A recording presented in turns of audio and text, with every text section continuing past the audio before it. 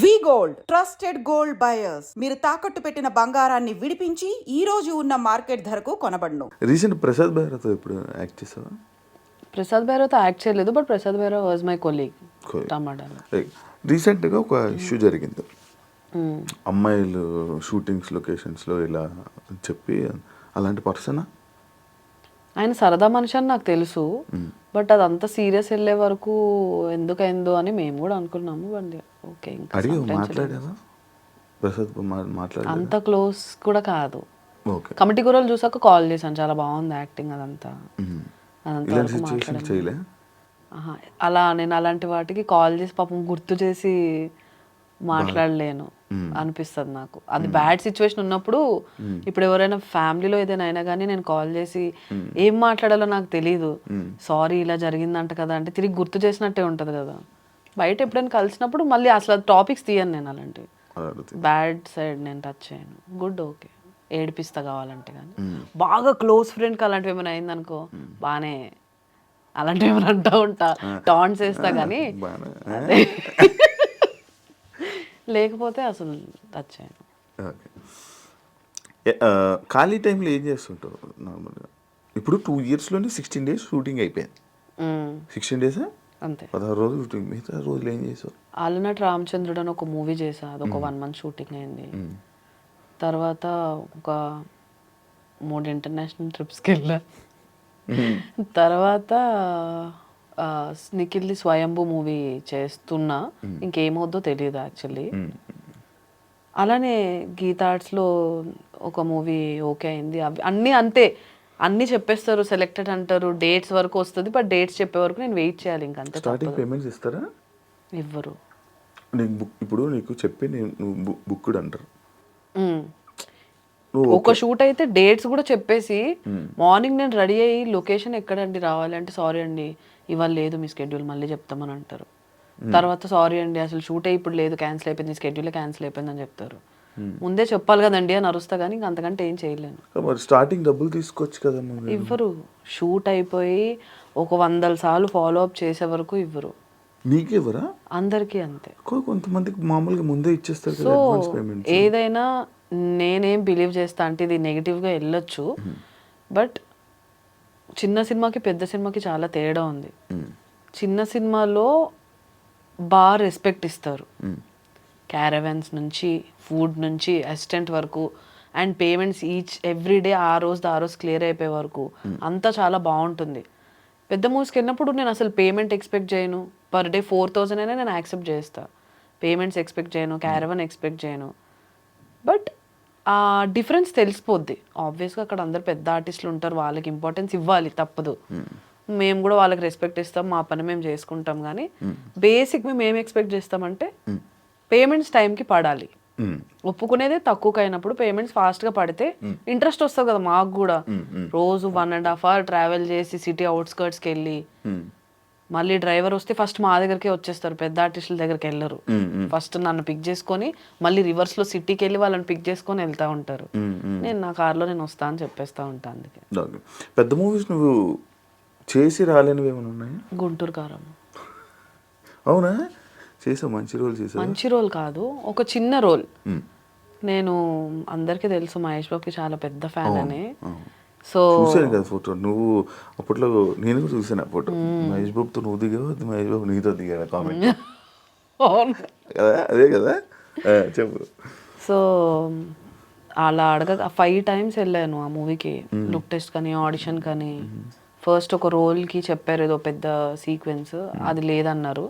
తర్వాత ఒక చిన్న దానికి పిలిచారు, ఓకే చిన్నది, కాకపోతే మహేష్ బాబుతో ఒకే స్క్రీన్లో, ఐ మీన్ ఒకటే షాట్లో ఇద్దరం ఎంటర్ అయ్యే షాట్, ఒక చిన్న డైలాగ్ ఉంటుంది సార్తో, మహేష్ గారితో. ఓకే, నాకు ఓకే, పేమెంట్ ఏం మాట్లాడలేదు నేను. వెంటనే నైట్ 11 కాల్ చేస్తే మార్నింగ్ 5కి వెళ్ళిపోయా. అప్పుడు పూజా హెగ్డే ఉన్నప్పుడు సీక్వెన్స్ అది, పూజా హెగ్డే గారు, సారీ గైస్, పూజా హెగ్డే గారు, మురళీ శర్మ గారు, మహేష్ బాబు గారు, నాది 4 members కాంబినేషన్ సీన్. చాలా ఎక్సైట్ అయిన, ఎక్కడా పెట్టలేదు, మేబీ దిష్టి తగిలి ఏమైనా వద్దేమో అని. End of the day Pooja Hegde గారు వెళ్ళిపోయిన తర్వాత సీన్ లేదు.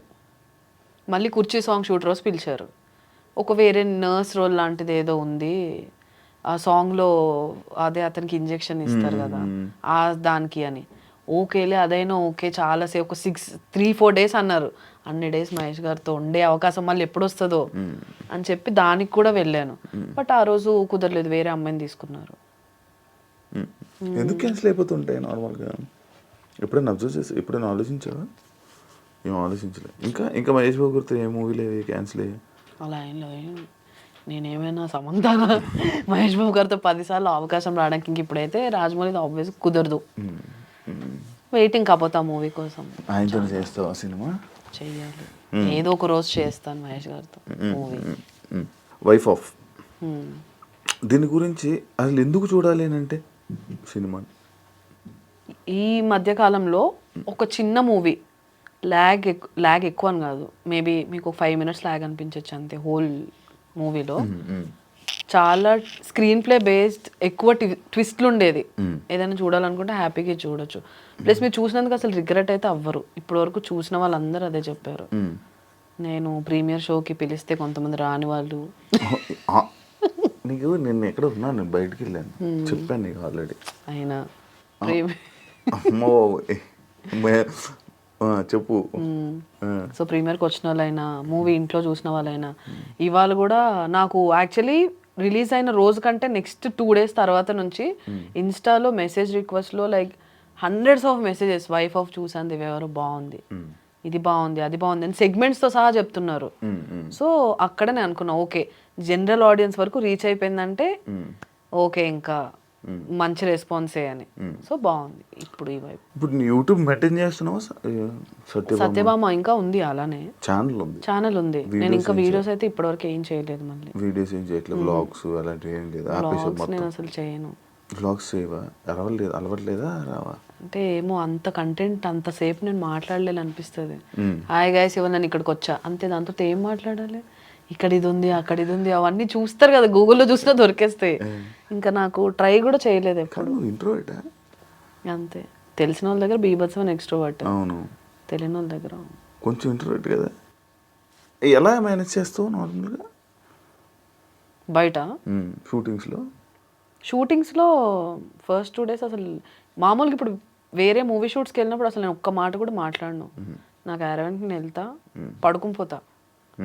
పొద్దున్నే లేవడం నాకు అసలు అలవాటు లేదు. షూట్స్ అప్పుడు మాత్రమే ఎంత ఎమర్జెన్సీ నైట్ పడుకోకపోయినా కానీ షార్ప్ 5 కంటే 5కి సెట్లో ఉంటా. అదైతే ఒకటి ఉంది. సో నాకు నిద్ర లేకపోతే నేను బతకలేను అనమాట. తిండి లేకపోయినా బతికేస్తా.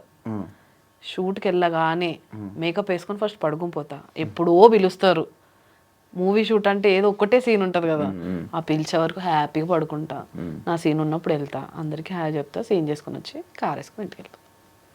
నార్మల్ పడుకుంటూనే ఉంటావు లైఫ్ మొత్తం, రోజంతా అలా యుఎస్ ఫ్రెండ్స్ కాల్ చేసుకుంటూ ఉంటా. ఎవరు వాళ్ళ ఇద్దరు కపుల్స్ ఉంటారు, వాళ్ళిద్దరు మన నందు వాళ్ళు కాదు నందు వాళ్ళ ఫ్రెండ్సే కదా. వాళ్ళు నిజంగా బయట కూడా అలాగే కొట్టుకుంటారా? నిజంగా అంతే క్యూట్ ఉంటారు వాళ్ళు. మొన్నే దగ్గర నుంచి చూసాం. సో వాళ్ళు నిజంగా అంతే క్యూట్. నేను పోస్టర్ చూసినప్పుడు నాకు డౌట్, మీ ఇద్దరు వైఫ్ అండ్ హస్బెండ్. అవును. ఒక దాంట్లో నువ్వు హ్యాపీగా కూర్చున్నావు, ఆయన డల్ ఉన్నాడు. ఒక దాంట్లో నువ్వు డల్ ఉన్నావు, ఆయన హ్యాపీగా ఉన్నాడు. ఏంటి? సో బేసిక్గా ఆయన ఒక ఎలా చెప్తారు, ట్రైలర్లో ఉన్నది ఏదైనా కూడా చెప్పు. Psycho character. ఆయన పెళ్లి చేసుకున్నాక నాతో హ్యాపీగా ఉండడు అనమాట. నన్ను ఏదో ఒకటి కొట్టడం, మీ ట్రైలర్లో చూస్తుంటే ఫ్రిడ్జ్లో పెట్టడం. ఆయన సైకో ఏంటి? అదే తర్వాత నా సైకోది ఏంటనేది నేను బయటకు తీసుకొస్తా. ఓకే. సో అందుకు 2 వేరియేషన్స్ ఉన్నాయి ఇద్దరిలో. కాదు, నీ లైఫ్లో ఇలాంటి సైకో వస్తే ఏం చేస్తావు? నా లైఫ్లో నాలాంటి సైకో వస్తా? నీలాంటి సైకో కాదు, ఒక అబ్బాయి సైకో వస్తే ఏం చేస్తా? కొడతావా?